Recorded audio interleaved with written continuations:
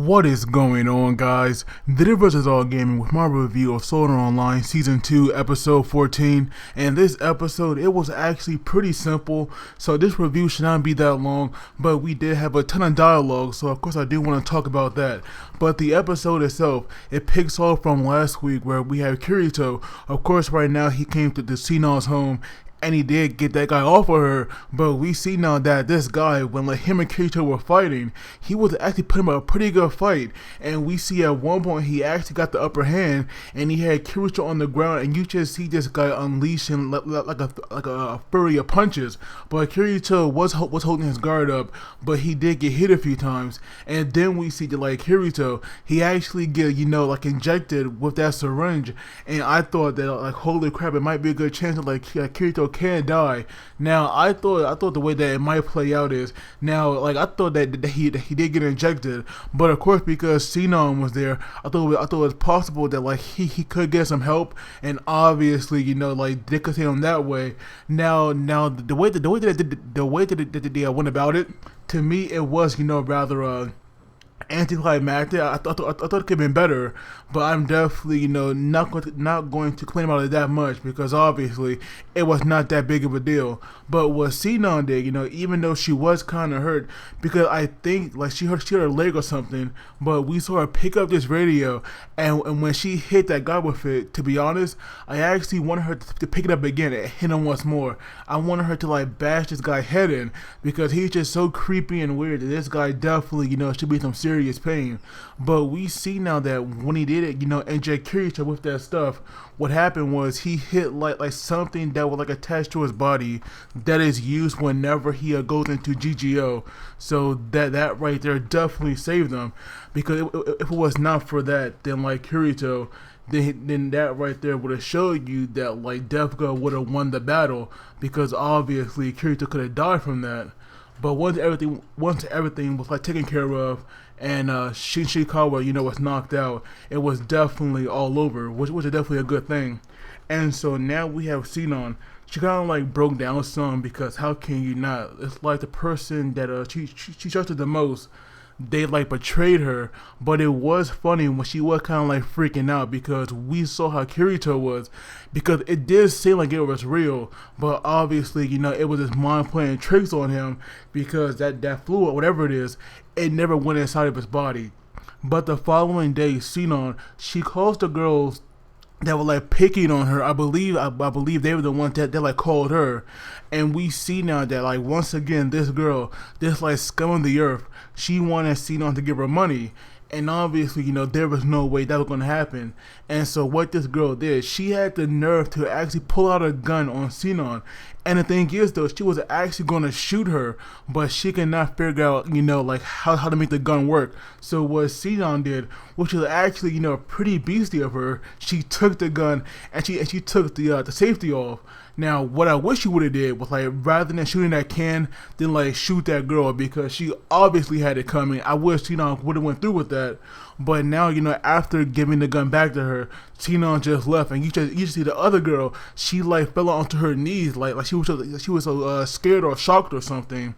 But now we have Sinon. She was definitely like feeling her post-traumatic syndrome, but she definitely she is definitely controlling it more, and she does have like this new confidence to her, which is definitely a good thing. Sinon is getting plenty of character development, and that right there is something that I really like. Hopefully they keep that up, because Sinon is actually a pretty good character. But now we see that when she was going to leave the school, Kirito was there waiting for her, and we have all these girls, she like staring at him and going crazy. They were like all becoming his fangirls, and they definitely wanted to know what was going on between Sinon and Kirito. But of course, she didn't say anything. But it turns out, those two were going to meet, and they actually go meet the guy that's like Kirito's employer. And so pretty much, we learn more about Def Gun, Shimaka, his brother, and that third party member as well. And so pretty much what happened is they had stole that drug and this like master key, which definitely like needs to be broken or something, because there is no way that master key can open so many locks, especially locks right there that did not belong to the hospital, because pretty much like the only people that they could target, it was the one that used it was the one that used those old-fashioned locks on the door, which is why they had went after, like very few people, because obviously there are a lot of players playing GGO, and if they could have went, for a majority of them, then that right there would make them, a much bigger threat. But it turns out that the third party member that they had, he's the one that had killed Pale Rider and Garrett. And Garrett here looks like a cowboy. I think when I saw a picture, like if I'm seeing his face, I think he might be like a cowboy. Like maybe I have to go back, watch it again. But the fact that this guy got killed off screen, it goes to show you, how little value that he is, because Pale Rider, that guy was a beast. I can't admit that Pale Rider was like freaking impressive, and I am definitely disappointed to see that he is dead. So because of that, I felt bad for the guy. And so it turns out that like Shimaka or what was his name, Koji, yeah, I believe that right there was his first name, and Shimaka was like their family name. But Koji here, he had been doing like most of the killing, but he was the one that was like, see, he was the one that wanted, like to change it up and go to Sinon place, because like you said, he would never let another man, put his hands on her. But it turns out that like Koji here, this guy, he was like normally weak since birth. He had like a very weak constitution. So their father pretty much gave up on him and like focused on his brother, because he was the one that was actually going to inherit the hospital. But I'm guessing when he got trapped in SAO, that right there changed everything, and that right there put Koji, in the limelight. But the thing is though, Koji never cared about that, because to him, like the real world to them, that right there was not his reality. And Kirito also said that like whatever world that they're in, that right there is the reality. And so Koji here, he was like, he became pretty much so corrupted and invested into GGO, it definitely messed him up, because to him that right there was reality, and it also was why he was so salty about that character stack, about Manny and agility. He was so salty about that, and that right there, it was the real reason why he won revenge on a guy that he killed in the first episode.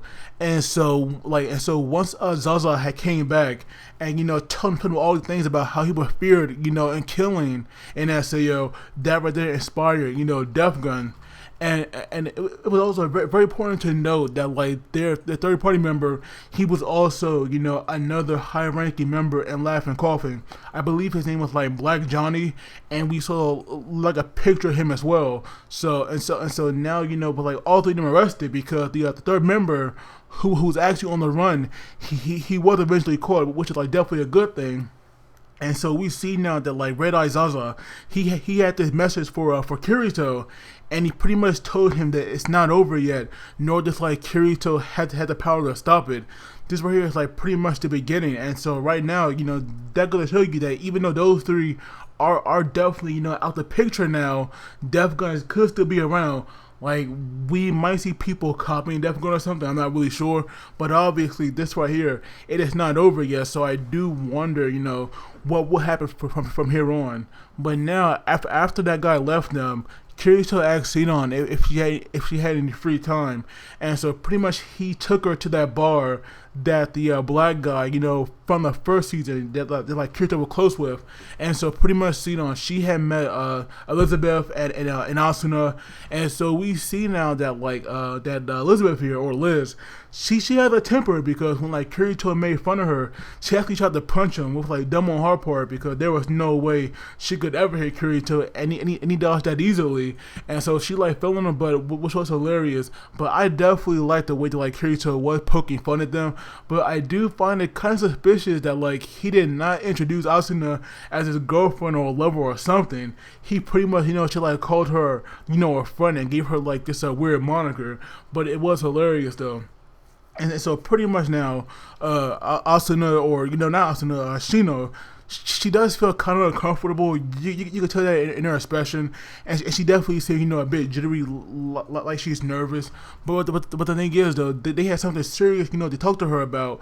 But first, Kirito had wanted to apologize because he had told her what happened in her past, and they actually went to her hometown, and so that right there, like kind of upset her, and she was actually ready to leave. But we see now that like there was someone that she had to meet, and there was some words that like she had to hear. And so when they went to get like whoever it was, we see now that it was the poster woman that was like working there, and that the crazy guy was actually going to shoot or possibly kill if it was not for Sinon. But we see now that obviously she's alive, and she actually has a daughter, and so it turns out now that like Sinon saved her life back then, because not only did she save her life, but she saved her daughter as well, because she was pregnant. And so pretty much all this time, Sinon here, she was like punishing herself, for killing someone and not thinking or not taking any enjoyment out of the fact that like she saved some people. But we see now that this girl, she had made like this drawing, and we see now that like when she gave it to Sinon, she had started to cry, but that right there, but those right there were like happy tears. And so we see now that like in one moment we see Sinon, in her GGO character, and she pretty much got rid of her sniper. Now that right there, I'm not sure if it's like signifying that maybe Sinon will quit GGO. Hopefully that right there is not the case, because I would love for her to go back in there and just dominate, especially now that like she is the top ranked player. Like I feel like she can't quit, but at least now she can play and possibly be stable in the real world now, especially like meeting this little girl, and possibly getting close with them, because this little girl here, she was calling Sinon her big sister when she had thanked them, and we saw that like she had Onicha on the picture as well. So hopefully these two characters, they will play an important role in Sinon's life, because at this point I'm pretty sure Sinon, she should not talk to her own mother at this point, so who knows what's like going on there. But the episode overall, it was definitely good. I enjoyed it. So I'm actually going to give it a 7 out of 10, or maybe an 8. Yeah, probably an 8 out of 10. But of course, I'd love to hear your guys' thoughts on this. And as always, don't forget to like the video and subscribe, because it really helps me out. And you guys take it easy. And I will see you all next time.